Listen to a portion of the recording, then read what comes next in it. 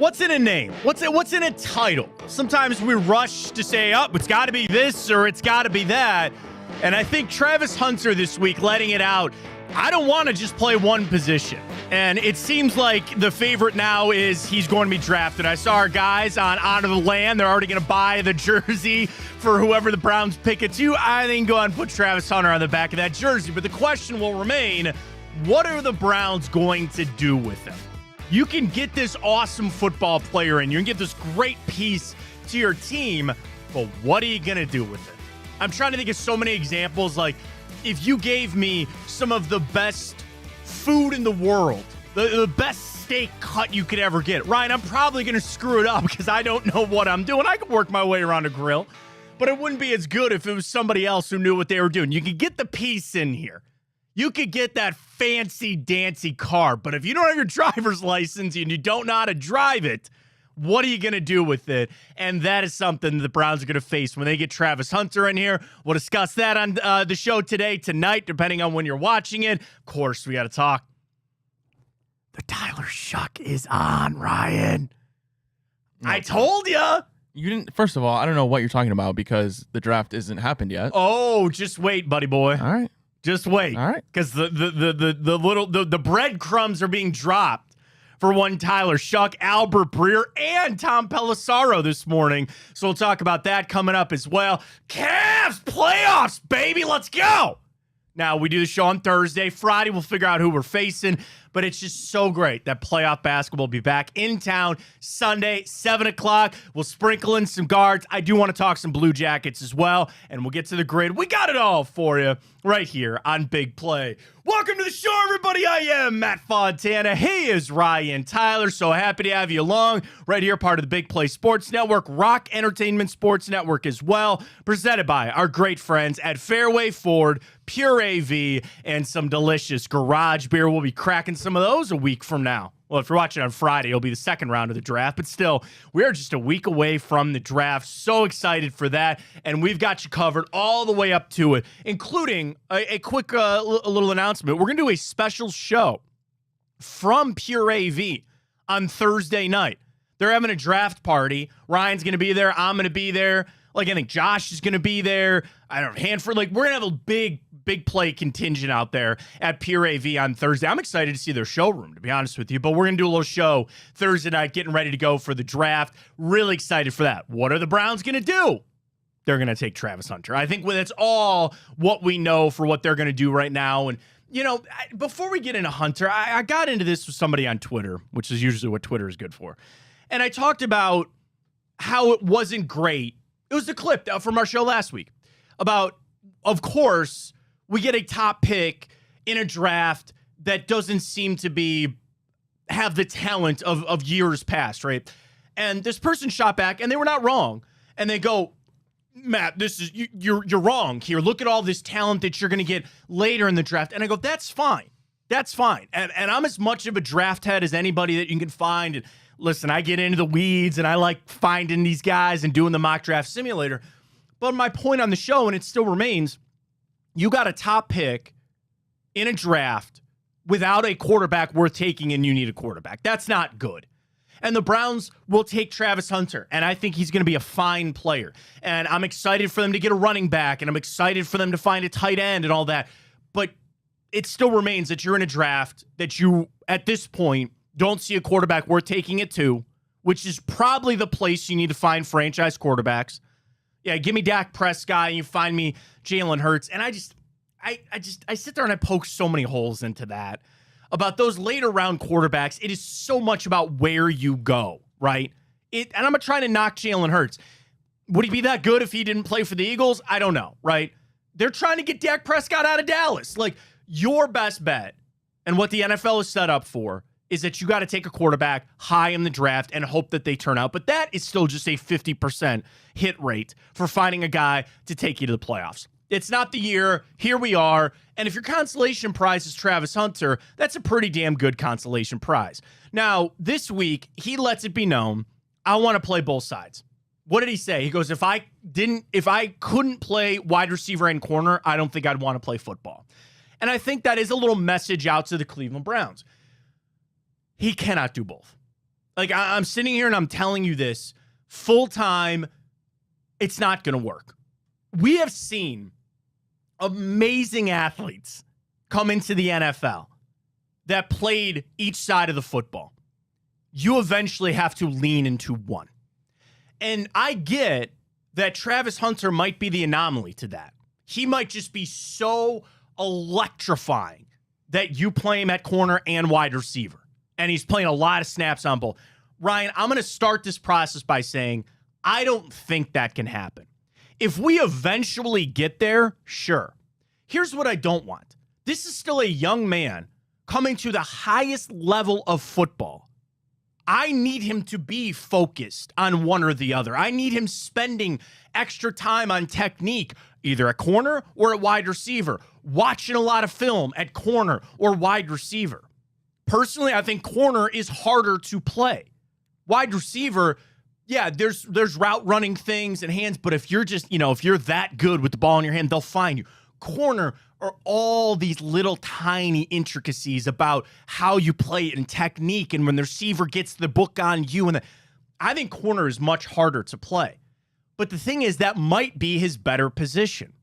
The Browns are also a team that have Denzel Ward, and we've discussed what Denzel's future might be with the injuries. You have Greg Newsome, you have MJ Emerson. Should either of those two guys predicate on what you do with Travis Hunter? Not necessarily. But I think it's interesting that there are so many people trying to find a way to say that he can play both ways. And Ryan, I just don't think that's going to happen.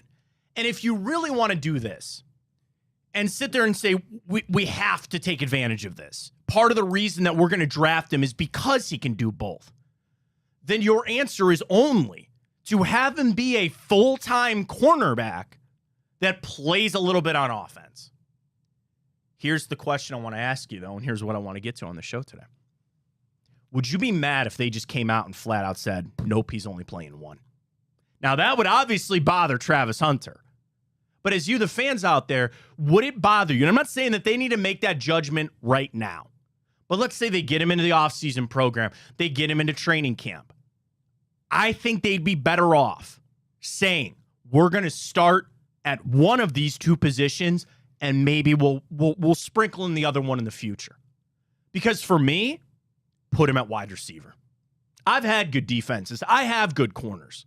I am void of point scoring, and I'm void of guys on offense that can take it to the house when they get the ball in their hands. A lot of that is certainly on what the quarterback is going to be and how that's all going to play out.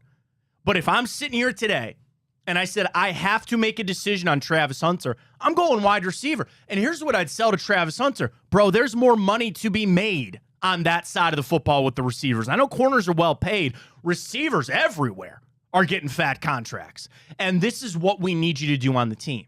Then again, I have a concern of he's over there playing 60 snaps a game on offense, and it's a drive in the middle of the fourth quarter, and you need to stop. Do you really feel comfortable putting him out there at nickel? He's going to get thrown at. I'd throw at him if I was an offensive coordinator. He's not a full-time corner. I understand the allure, and I understand that might be a big reason why Travis Hunter is going to go too. Ryan, I think it's too much, too fast. Pick one, roll with that, and if you could sprinkle another one in, you do it a little bit later. Yeah, I mean, Andrew Berry at the Combine said he views Travis Hunter primarily as a wide receiver, so I think that's kind of where you start. I'm just not so quick to dismiss the idea that he'd be able to do it. It's a tall task. I'm totally understand that it's a tall task because it's one thing to do it at college, high school, but you're going to a whole different animal in the NFL. We know that. But when you throw around the term generational, and that's what everybody's been doing with Travis Hunter, it's, well, what makes him generational? It's the ability to play both ways. Like, he would go top 5 as a DB. He'd go top 5 as wide receiver. We know that. And if you're taking him at 2. In this draft versus other drafts, I'm just bringing it up. I'm just saying. That's fine if you want to talk about quarterbacks, but I think you'd be hard-pressed to pick a lot of drafts just in the last 10 years that Travis Hunter wouldn't go top 5. Sure, okay. I'm not sure there would be a lot, to be honest with you. That's how good of an athlete he is, at least he's supposed to be. Well, I don't mean to cut you off, but that makes me think of this too. How many drafts have we seen where the better player doesn't go 1? We've talked about that. Of the last 10 drafts, there's probably only one, and it's the Joe Burrow draft, that the number 1 pick is actually the number 1 pick. You need a quarterback there taking Cam Ward. That's when a Nick Bosa slides on down. That's when other good Micah Parsons didn't go number one. But, like, you got to take the quarterbacks you do. So it's almost like you do have the first overall pick. It's like Tennessee's got to use it on the quarterback, and that's like a little sidebar to this whole thing. So I get what you're saying, for sure. And it's like, we've seen just the evolution of football. It seems like every decade just something crazy happens in terms of, like, I think of Lamar Jackson. I know he's not playing two positions, but honestly, he is. And saying he's a running back, he's obviously not, but it's not a bad thing. It is when you're trying to dismiss the fact that he's a quarterback. He's a great quarterback, but he also plays, honestly, like a running back. Like, that was just such a revolutionary thing. And I know you've had your Mike Vicks, like, you've had other mobile quarterbacks, of course, but I'm not sure we've ever seen one like Lamar Jackson, at least as efficient as Lamar Jackson is. I would say not, yeah. And I don't know, it just seems like every so often there's just something that flips the mold of football. Yeah. And if that could be Travis Hunter, I mean, that'd be wonderful. Well, that's the mold that I'm talking about. His dad, or not his dad, I'm sorry, his friend's dad, Dion, came in, right? Jabril Peppers played offense at Michigan. Chris Gamble, Ohio State, did it both. They all came into the league and they said, well, you got to do one. Woodson came in. Hey, man, I mean, he was more of a kick returner. He didn't necessarily play a lot of offense. Oh, no, he played offense at Michigan.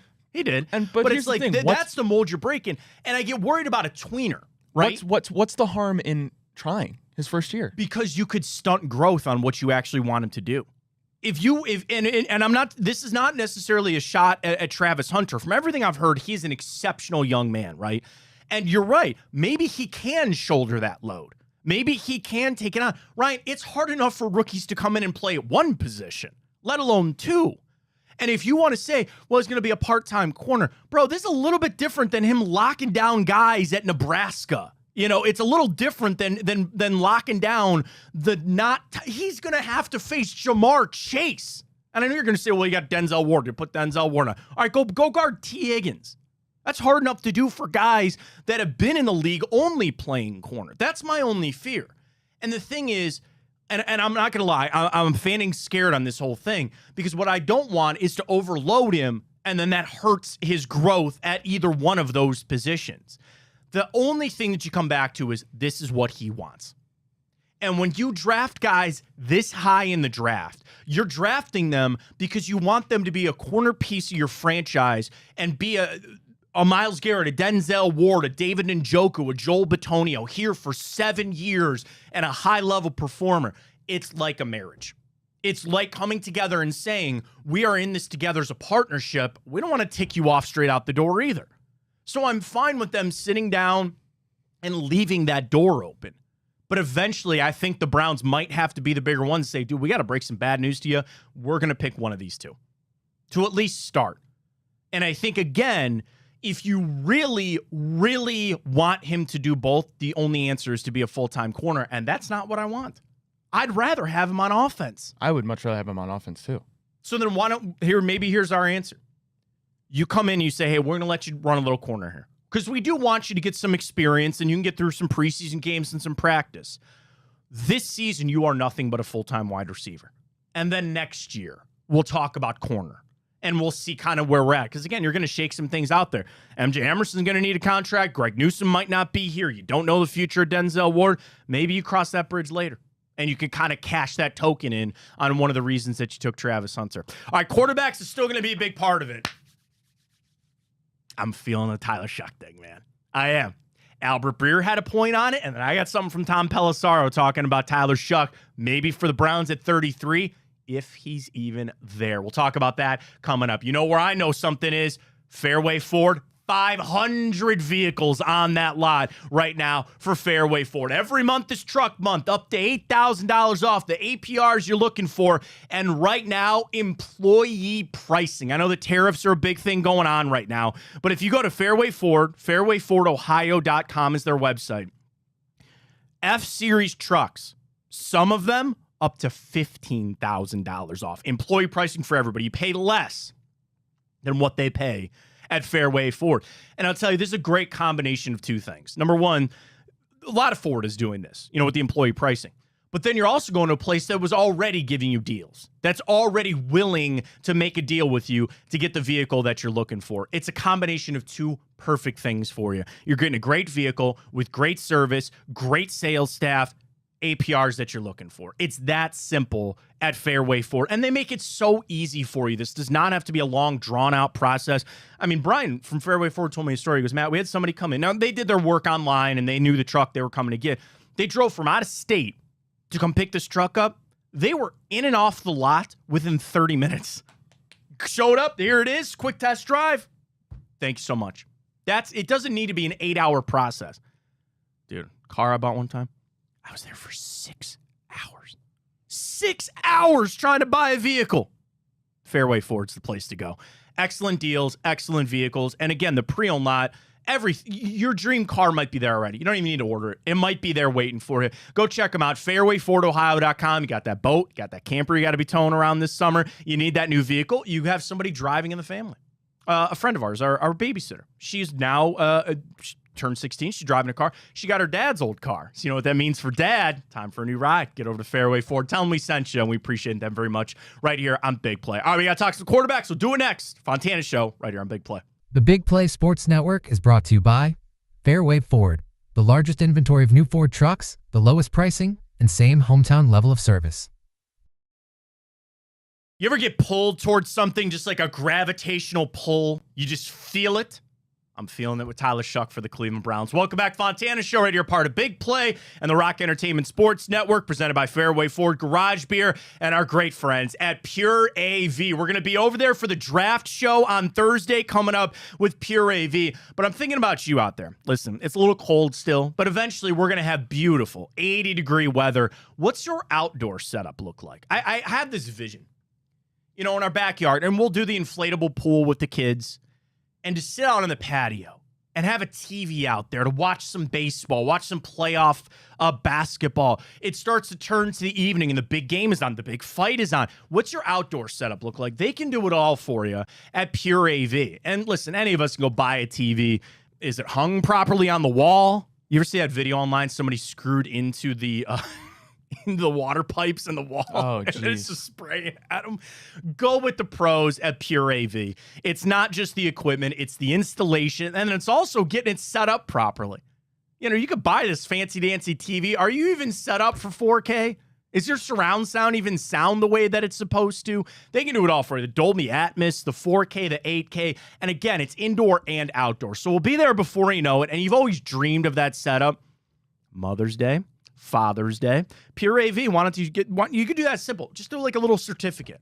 Write it and say, hey, the Pure AV's coming out next month, and they're going to install your dream out on the patio, in the basement, whatever you need. Just check them out. They got everything for it. I'm really excited to see their showroom as well. So we'll be out there. Check them out, pureavcorp.com, pureavcorp.com. They're on Twitter now as well. Search for them, Pure AV. So we appreciate them. Get that setup that you're looking for this summer with our friends at Pure AV.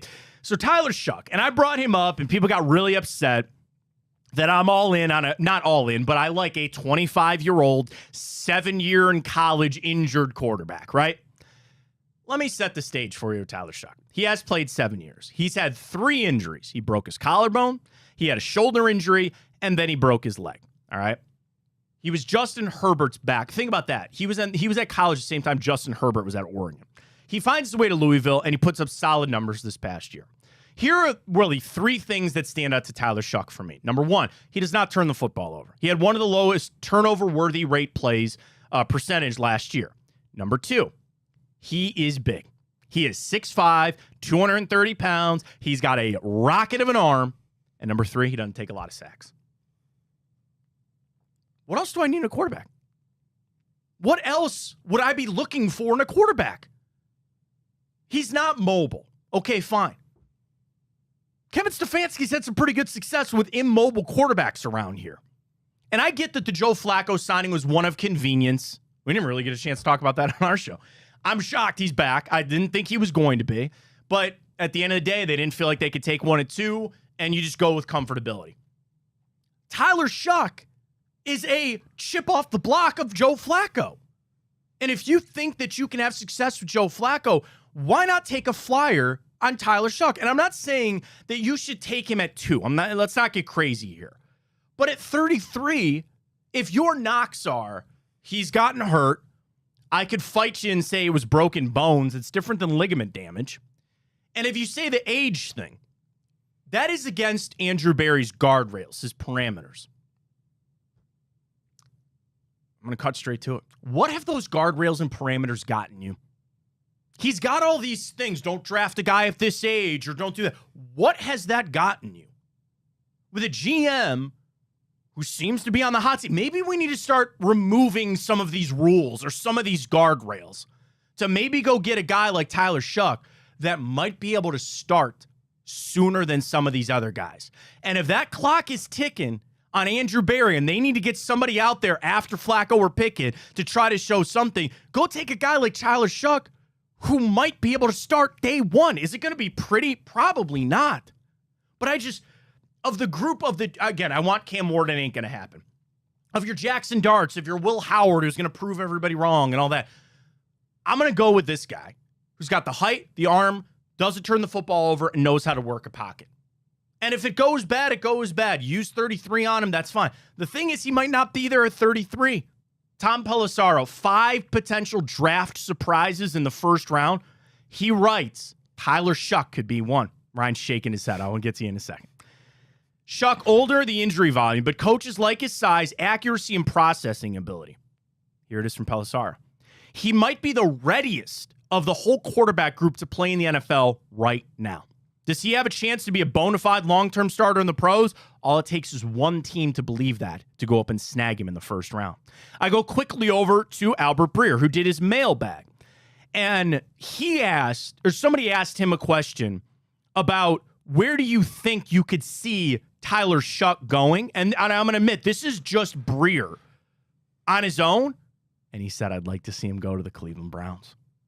I'm just, of a pool of not great options, I'd like to roll the dice on Tyler Shuck. Now, Ryan, go ahead and drop everybody what you're feeling about what the Browns If you're already talking about this being a weak quarterback class, for one, then why are you going to get the guy at, and first of all, let me put it this way. It'd be different. 33 to me isn't a flyer pick, okay? That is a premium pick. It's basically a first-round pick. And when you look at the amount of holes on this offense, your offensive line isn't healthy. It's old. Your running back room is not good at all. Regardless of if you bring Nick Chubb back, you could get Amari and Hampton, somebody there. You can get somebody that's going to come in and make an impact right away. I'd say they would make a much better, I have a much more faith that they would make an impact than a Tyler Shuck.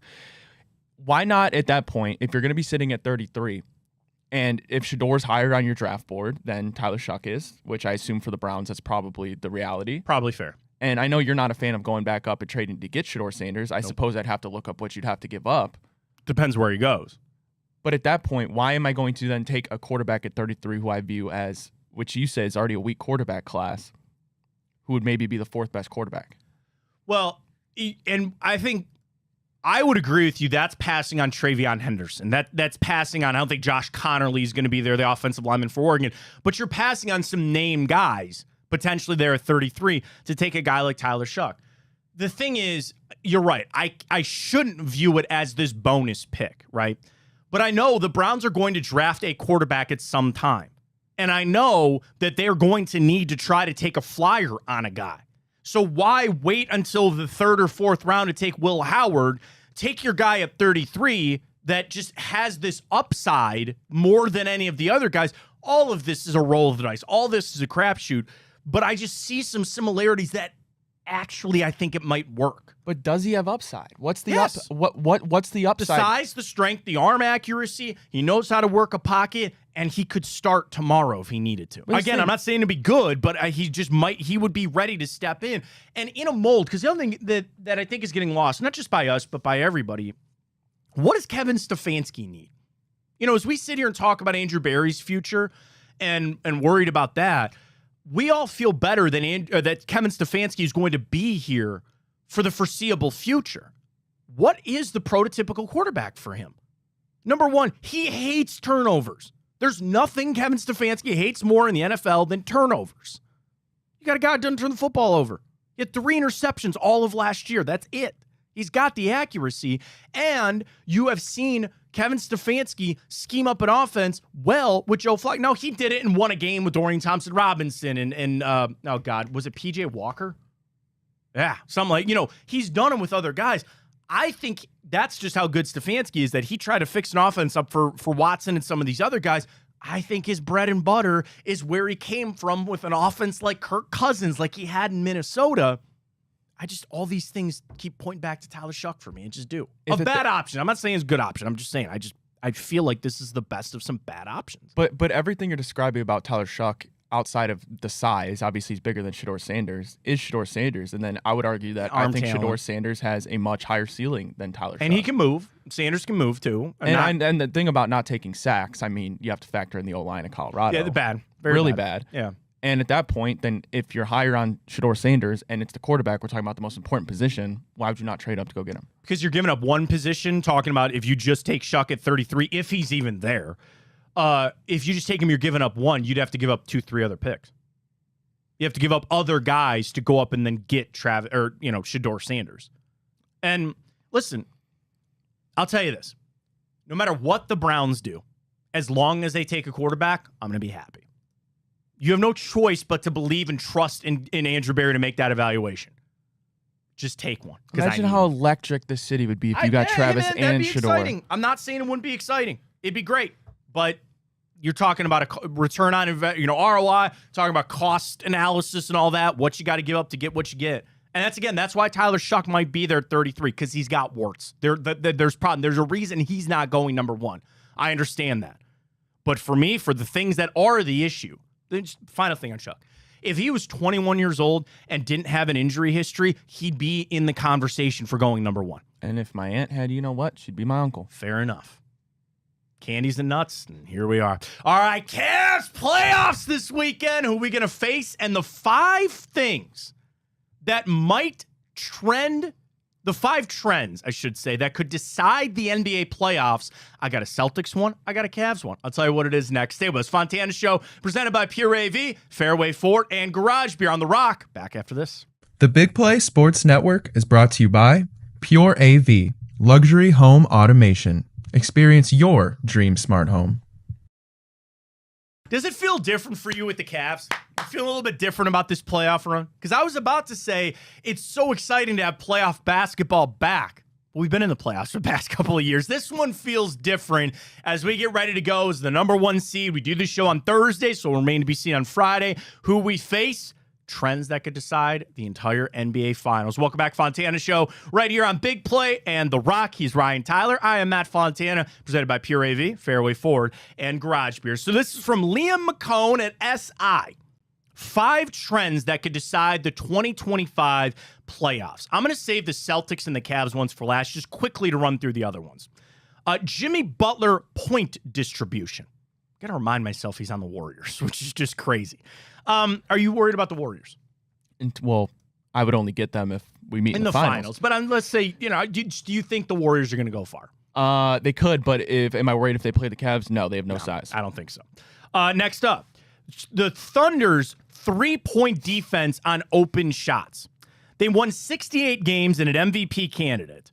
But they were really struggling. Or I'm sorry, here it is. The roster waves of sturdy individual defenders who completely are in sync on the court drove the Thunder to a 106 defensive rating, which was by far the best in the NBA. You got to write that down about the Thunder because you might see them. So they are very good at locking down defenders or being a lockdown defender on the open threes. Jokic, absurd off on numbers. The Nuggets are only going to go as far. They fired their coach. It's going to be Jokic. All right, here's the trend for the Boston Celtics. Their starting 5 struggling. So we know Jaylen Brown getting the injections in his knee, and he's battling through injury there. But Liam writes, the Celtics largely looked the part of the defending champion, winning over 60 games for the second straight year, ranking in the top 5 for both offense and defensive rating. They didn't miss a beat, even with Holiday, Brown, and Porzingis all missing time. However, when Porzingis returned from off-season surgery, an odd trend began to emerge. Their best starting lineup from their title run a year ago wasn't clicking at all. The starting 5 of Tatum, Derek White, Jaylen Brown, Drew Holiday, and Porzingis was the most used lineup. They had a net rating of 11 across 37 games. The past season, that same lineup, that was last year. This year, 0. So the whole point of this is last year, When that lineup was out there, they were outscoring you by 11 points when they were out there. This year, even. And I think it could be two things. Number one, they don't have a lot of time together because they've been in and out and they've been dealing with injuries. But I'll give you one more. What if they got found out? Now that you've seen Porzingis, and we saw what a twist that was when he came back in last year, maybe this year they could figure it out. And honestly, I feel really good about the Cavs going up against them with Evan Mobley and Jared Allen and figure out what they need to. But write that down. Concerned with the starting five for the Celtics. All right, final trend for the NBA playoffs, the Cavaliers. Their amazing three-point shooting up and down the roster. And I don't think any of us that watch the games, we know how good they are. This season, Donovan Mitchell, average for his career three-point. Darius Garland, up 2 percentage points. Evan Mobley, up 10 percentage points. Max Strus, up 2. DeAndre Hunter, up 4. Ty Jerome, up almost 10. And Isaac Okoro, up just a little bit. That tells you, of just that list there, everybody is shooting threes better than they ever have in their career. They're obviously taking a ton. We score a lot of points, but that is the trend. As long as we can keep doing that, taking a page out of that Warriors book, but it's more diversified. You know, that Warriors was just Clay and Steph, right? Honestly, and I do a lot of parlays. Shout out to my buddy Nick. We do a lot of three-point parlays. Ryan, seriously, that's a list of 7 guys. I'm going to take a Okoro out of that. You got a list of 6 guys that I think on any given night could hit you 3 threes. Plus Sam Merrill. That's not even, I'll give you the 7 back. I got 7 guys that on any given night I feel pretty good could hit you with a couple of threes. That's the trend to watch for the Cavs. Quickly, would you rather have the Hawks or the Heat? The Hawks. To me, same. 100%. We do it on Thursday, so we'll find out on Friday exactly who we got. All right, we got to flip over and talk some guards. Good solid start for the guards. We got to talk Triston Mckenzie. Something's up, man. We'll talk about it. Stay with us. The Big Play Sports Network is brought to you by Infinity, luxury experiences for those who dare to be different. All right, Fontana Show, welcome back. Part of the Rock Entertainment Sports Network and Big Play. Follow us on Twitter at Matt Fontana Show. Ryan is at Ryan Tyler 33. I am at Matt Fontana 83. Drop us a follow if you're on the Twitter. We're on YouTube, Big Play, and Instagram, Big Play as well. Guards, early returns, solid. You know, and again, I know people got, so hyperbole. Well, this team and that. They're fine. They're right in the mix of everything. They're a half game back at 9-8. And it was funny. Somebody had a great tweet before the loss in Baltimore. They're like, outside of the state of California, the Guardians are like 8-2 on the year. So pretty solid. Triston McKenzie's done, isn't he? Watching, and listen, Gavin Williams, I'm a big fan of, okay. Baltimore is, I know they're off to not the start everybody thought they were, but they're still a really solid team, and they'll get it figured out. They got to let Triston McKenzie go. And everybody's talking about the surgery that he didn't get. And shout out to Ken Carmen, 92.3. Ken had a great tweet. He goes, you really think if Tommy John was going to fix this that he wouldn't have gotten it already? It just ain't going to work here anymore. And the sad thing is, we all held out hope that he might be able to be a guy to slot back into that rotation at some point. Just to save Triston McKenzie's career, he needs to go somewhere else. I really and you hear guys talk about injuries a lot in the place they were, where it weighs on them when they go, when I walk back in that building, I think about going right to the training room and I think about my injury and I think about that. I think that's what's going on with Triston McKenzie. And just to do right by him, I think it's time to just send him somewhere else where he can get a fresh start, hopefully get this fixed. I want Triston McKenzie to have a nice, long MLB career. I wished it was going to be with the Guardians. Ryan, it's not going to be, and that makes me sad. No, and I've actually known that for quite a while. It's kind of like you kept Deshaun in, but you knew he wasn't going to work out. And it's unfortunate because at one point you were looking at him to potentially be your ace, to potentially be your opening day starter. It's funny. He's You go from like Corey Kluber to Shane Bieber. And was supposed to be Tanner Bybee this year, but it was Ben Lively. Quite the change there. Listen, it just didn't work out. The command, he never got it right. And whether it's the injuries, whether it's mental, probably a combination of both, you got to move on from him. And I imagine there's no point in sending him to AAA, even if you let him go. He's out of options. He'd have to clear waivers. That's part of the reason that they put him in the bullpen. I assume, and I had this debate, is anybody going to pick him up? And you would say somebody will. Yeah, but probably. I don't know, dude. Yeah, because then you have to put him on your roster. He has to be on I'm the 40-man. not convinced Like, somebody would sure. pick him up. Maybe not. And maybe that's the sell on this, and you could try to work on some more. What else do you have to work on? And I'll tell you this, too. After Logan Allen, who had a really nice start the other night, and has really put together a nice start to his season, I'm feeling better about that rotation. I'm feeling better about the lineup. Now, again, knowing that I had serious questions about it. The boost that you've gotten with Logan Allen, even that start from Ortiz over the weekend, career high in strikeouts. You ain't going to get that every single weekend. He's been your best pitcher this season. Luis Ortiz has been. He had a rough go of the start. But you're right. He had one bad start. Honestly, I might say it's Logan Allen. I really think Logan Allen might be a little ahead of Luis Ortiz. He's like Luis Ortiz light. But like the fact that these guys are 1A, 1B on where you're at. Bybee, okay, and again, I have questions about him. I'm a defender of Gavin Williams. Lively is fine. I don't mean to keep ripping on Ben Lively. And you'll figure out when you get Bieber back, sometimes midseason. But you're piecing together at this point. I like where the lineup is at. I really do. Manzardo, even though his average is kind of trash. He's getting walks, though. He's getting walks. He's working the count. Hitting lefties. Of course. Now what? Angel Martinez gets hurt. You don't want to see that. And he's provided some great Gabriel Arias. Yeah. Piecing it together, man. That's all I ask. That's all I ask. Keep it close and get it moving. That's where we're at with the guards. We're going to keep it moving with the grid. Pre-NFL draft. We'll explain what the grid is. We'll get to it when we return. Fontana Show presented by Pure AV, Garage Beer, and our friends at Fairway Ford. The grid is next. The Big Play Sports Network is brought to you by Garage Beer. No bitterness, no frills, no IPA, just beer-flavored beer. Let's get to it, Ryan. Pre-NFL draft edition of the Immaculate Grid. We got to put a player in each one of those boxes that has played for that team or only one team. No statistical category. Go. All right. Ben. Jettas. It'll be Justin Jefferson. We don't go for rarity score here. No, we do not. Juice Scruggs. Oh. Back to me not being able to type. Justin was pretty easy name, but there you go. It's my brother's name. Trevor Lawrence. Really? Lawrence Trevor? Yes, Trevor Lawrence. Here we go. All right. Jets, Steelers. What's screaming at me? Santonio Holmes. Yes. Because we screwed him up on one of the other ones, too. That was one of the ones we screwed up. Santonio Holmes. Vikings, Jets. Another one that I think should be screaming. All right, Brett Favre. Oh, yeah. Right? Yeah, you're right. Brett Favre. You're right. Well done. It'd like to be Aaron Rodgers. Aaron Rodgers loved that more than anything. It's Brett Favre. All right, can we close this one on out? Jets, Jaguars. I wanted to say Evan Ingram, but that's not right. Something like along those lines, though. CJ Uzama. Right?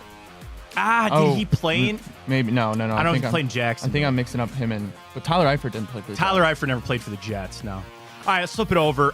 Is Eagles-Vikings, that not Randall Cunningham? Well, Eagles, Steelers, that's Mike Vick. Oh, yeah. Good call.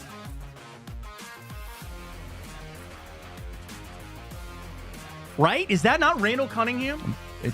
It sounds right. I think it's right. Rip it. It does sound right. I feel pretty good about that. Right? Yeah. Yeah. Yeah, All right, there you yeah. go. Okay. All right. Overthinking. All right. Jags. Jacksonville. London Jaguars. All right. Blake Bortles, Blaine Gabbert, Josh McCown didn't play in Jacksonville. Calvin Ridley, Marvin Jones. Oh, Marvin Jones, good pull. He works for a lot, but Zay not these. Jones. Zay Jones. Carlos Hyde. Leonard Fournette didn't go to either one of those places. Carlos Hyde's a good pull. It doesn't work. Fred Taylor, I don't think so. Jimmy Smith. Old friend Mark Brunell, but I don't feel really good about ripping him on either one of those. Maurice Jones-Drew, I don't think. No,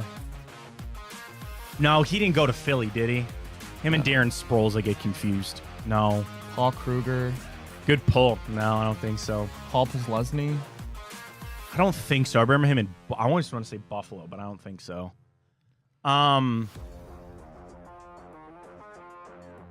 You mentioned Marvin Jones.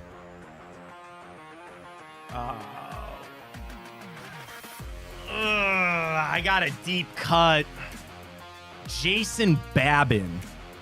I know played in Philly. And I want to talk myself into Jacksonville, but I don't know. Yeah, I have no idea. No idea. This guy that held the Tribal Cats, Central Michigan, I want to say, Jason Babbitt. Joe Schobert, no. Yeah, I don't think he went to either one of those other spots.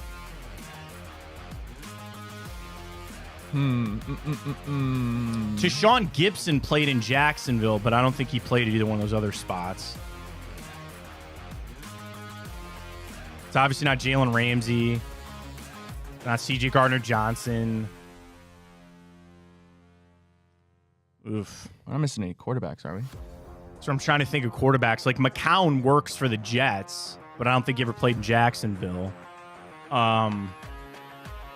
Yeah, Bortles, Blaine Gabberts. Who's the guy that was backing up Trevor Lawrence when he kept getting hurt? Gardner Minshew. Oh, wait. Mm-mm. He doesn't work in Philly? I don't think so. Never played. Are you sure? Did he go to Philly? Yeah, wasn't he there? He was just there, I thought. He was on the Colts.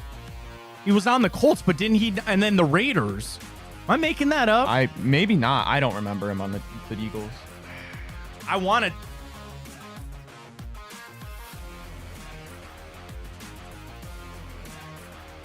I don't know, man. We might gotta rip one.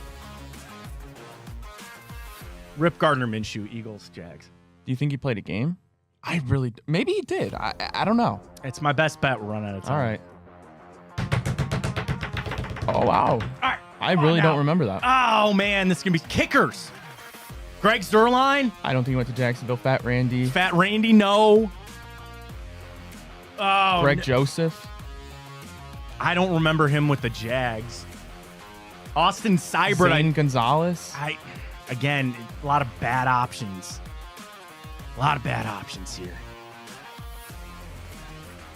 Randall Cobb never had a stint in Jacksonville. Not that I can remember. Christian Kirk never went to the Jets.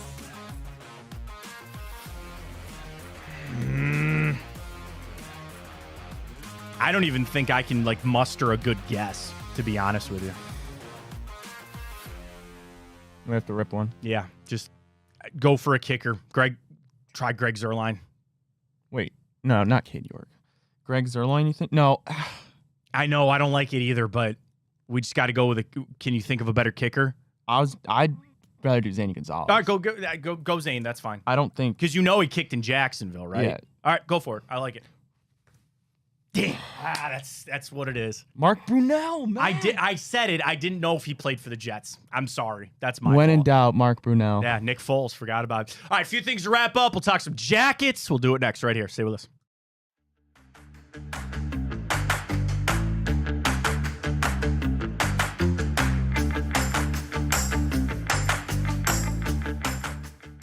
All right, wrapping things up here on the Fontana Show, and unfortunately, the Blue Jackets season has come to an end as well. I know you might not be a big hockey fan, but Damn Canadians. dude, we came down to the last game Thursday night. It means nothing for the Jackets because the freaking Canadians won. And I just want to shout them out for the season that they had because I think we all know, unfortunately, Johnny Gaudreau passing away right before the season starts, what they had to deal with, and they took it to the last week of the season to try to get a playoff spot. They just had this horrible slide in March. They just had a terrible slide in March where they just would have won one of those games, or it just is what it is. The future is so bright. For only the second time in franchise history, they had two players score 30 goals, Marchenko and Fantilli. They get this goaltending thing figured out, which part of the reason they went on this run late was Jet Greaves. They brought up from the AHL, and the guy was Patrick Waugh, Dominic Hasek out there. He showed up out of nowhere. They have so much talent on a team. And I just want to say, to them, how hard that must have been to start a season, to go through losing a friend while you're trying to play hockey on the highest level. I'm proud of this team, man. I appreciate them so much for making the run that they did. You came up just short, but the future is so bright for this squad. And again, it was a fun ride. It sucks it went down the way that it did, but just shout out to the Jackets, man. I'm a huge fan, and it was just a lot of fun to watch this ride, and can't wait to do it again next season. Yeah, I'm not a big hockey guy, but that's all right. We'll get you going on that. Appreciate everybody joining us. As always, you can check the show out on YouTube, Instagram, Big Play, at Matt Fontana Show as well on Twitter, and really appreciate our friends at Pure AV. Next Thursday, we'll see you for a live show on our social media channels at Big Play from Pure AV. We love you at Fairway Ford and our great friends at Garage Beer. It's draft week next week. How exciting is it going to be? Download the Big Play app. Follow all the content you need right here from Big Play. And the Matt Fontana Show will be Friday next week. Friday next week. Thank you very much. The Rock will be unchanged, but on the YouTube and Twitter side of things, we're going to be on Friday because we want to react to the draft. There's no way to do a show and then be like, oh, I wonder what's going to happen. Plus, we got the live show on Thursday. So appreciate that. For Ryan Tyler, I'm Matt Fontana. As always, take it easy.